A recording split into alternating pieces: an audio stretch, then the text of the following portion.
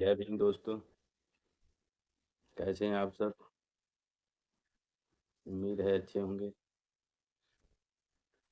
तो आज 1 मार्च हो गई है और अपना 3 तारीख और 4 तारीख को एक त्योहार और आने वाला है, होलिका। शायद यही बताने की ज़रूरत नहीं होगी आप लोगों को कि त्योहार का मतलब क्या है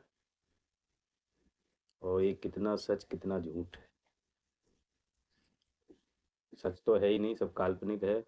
बाकी मैं जो इसके सच है वो बताने की कोशिश करूंगा, शायद ही आप लोगों की समझ में आ जाए। पहली बात तो ले लेते हैं, त्योहार का मतलब क्या है। त्योहार का मतलब है, त्यो माने तेरी, हार माने हार, यानी तेरी हार।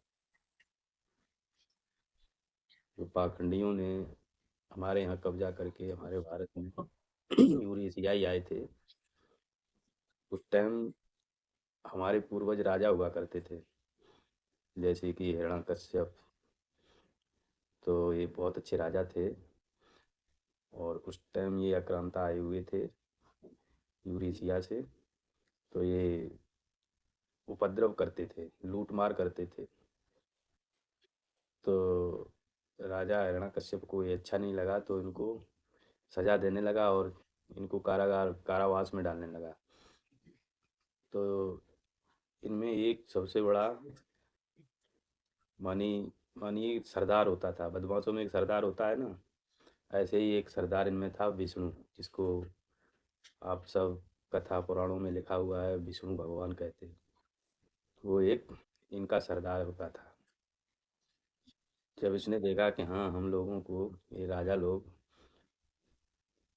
पकड़ पकड़ के जेल डाल रहे हैं और यातना दे रहे हैं, तो इन्होंने एक कहीं बनवेड़ में छिप गया और वहीं से योजना बनानी शुरू कर दी, जिसे कि कहते हैं कि क्षीर सागर में।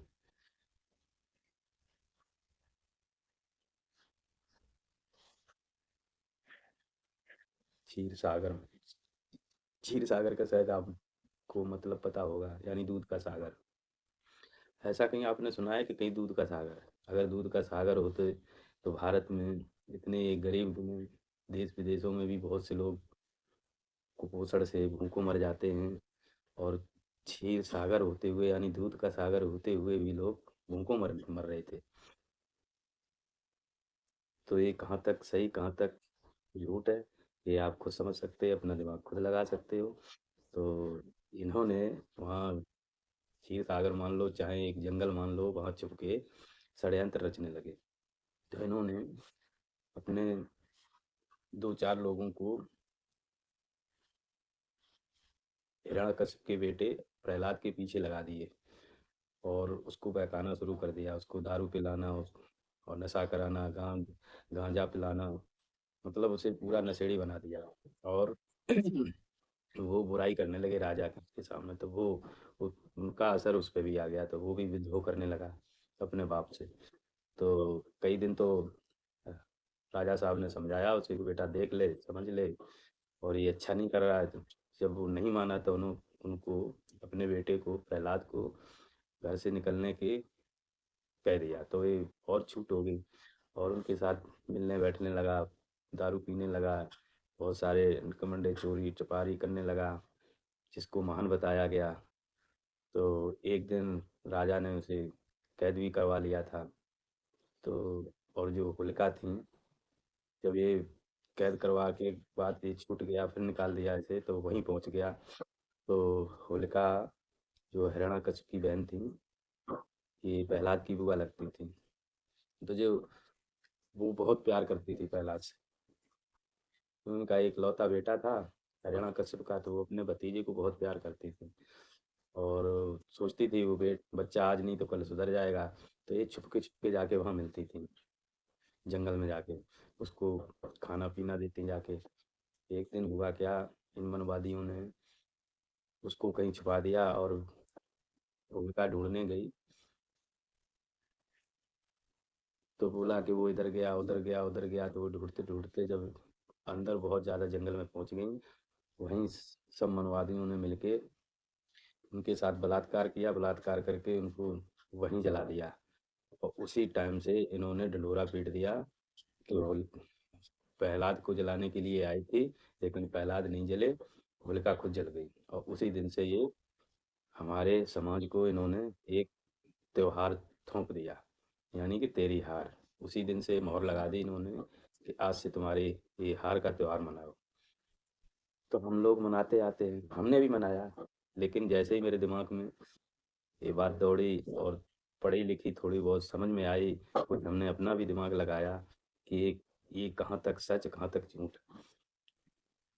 तब से मैंने ये सारे आडंबर मैंने बंद कर दिए।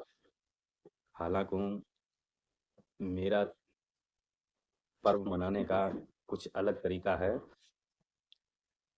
हर चीज़ में खुशियों में नहीं मनाते।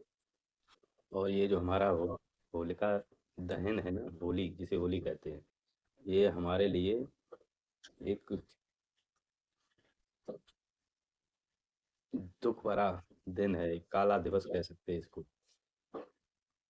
इसमें हम शोक संदेश दे सकते हैं, ना कि हम लड्डू पूड़ी बनाएं, रंग एक दूसरे पर रंग लगाएं। अब तो रंग की भी प्रथा चली गई, अब कीचड़ की ज़्यादा आ गई थी बीच में, अब फिर दोबारा रंग अबीर आ गया। तो अबीर का भी एक मतलब है, अबीर का वहीं से शुरू हुआ। अबीर अबीर का मतलब है कि कोई वीर नहीं, पहले हम लोग वीर होते थे, तो उन्होंने उसी दिन से साबित कर दिया अबीर लगा के कि एक अबीर है, अबीर का मतलब ये कोई वीर नहीं है। तो और ज़्यादा कुछ गहरी बातों में जाएंगे तो बहुत टाइम लग जाएगा, वीडियो लंबी बन जाएगी। तो इसलिए मेरा कहना यही है, हमारे बहुजन साथियों, आप लोग भी समझो और इस त्योहार को खुशियों खुशियों से नहीं बल्कि दुख के साथ मनाना चाहिए। मनाइए, मैं ये नहीं कहता त्योहार मत मनवाइए, मनाइए, त्योहार मनाइए, लेकिन जो जिस तरीके से है उसी तरीके से मनाइए। हमारा दुख की घड़ी है, हम इस पे दुख प्रकट कर सकते हैं और इसको हम इस तरह मना सकते हैं। तो आज के लिए साथियों, हमारे भोजन साथियों, इतना ही। बाकी और कभी डिटेल में बात करते हैं। और इसीलिए मैं मेरे हाथ जोड़कर प्रार्थना है कि होली, पहली बात तो ये खुशियों का त्योहार भूलना बंद कर दें। ये कोई खुशी नहीं है, हमारे लिए दुख की बात है और हम लोग इसको खुशियों की ओर ले जाते हैं, खुशियाँ मनाते हैं। ज़रा सोचिए, दिमाग लगाइए अपना अपना। आपने, भगवान ने आपको भी थोड़ी बहुत बुद्धि दी है, हाथ पैर दिए हैं, दिमाग दिया है, आँख दिए, मुँह दिया, कान दिए हैं। जितने तत्व हमारे में उतने ही आपके में हैं, सब में उतने ही हैं। बशर्ते ये है कि सोच सोच कौन कितनी रहा है। तो ठीक है साथियों, उम्मीद है कि आप मेरी बातों से कुछ समझे होंगे और अगर आपको बुरा लगा है तो मुझे कमेंट में लिख के डालिए और गाली देने का मन कर रहा हो तो आप गाली भी दे सकते हैं। मेरे लिए ऐसी कोई दिक्कत नहीं है। साथियों, जय भीम, जय भारत, जय संविधान, नमो बुद्धाय।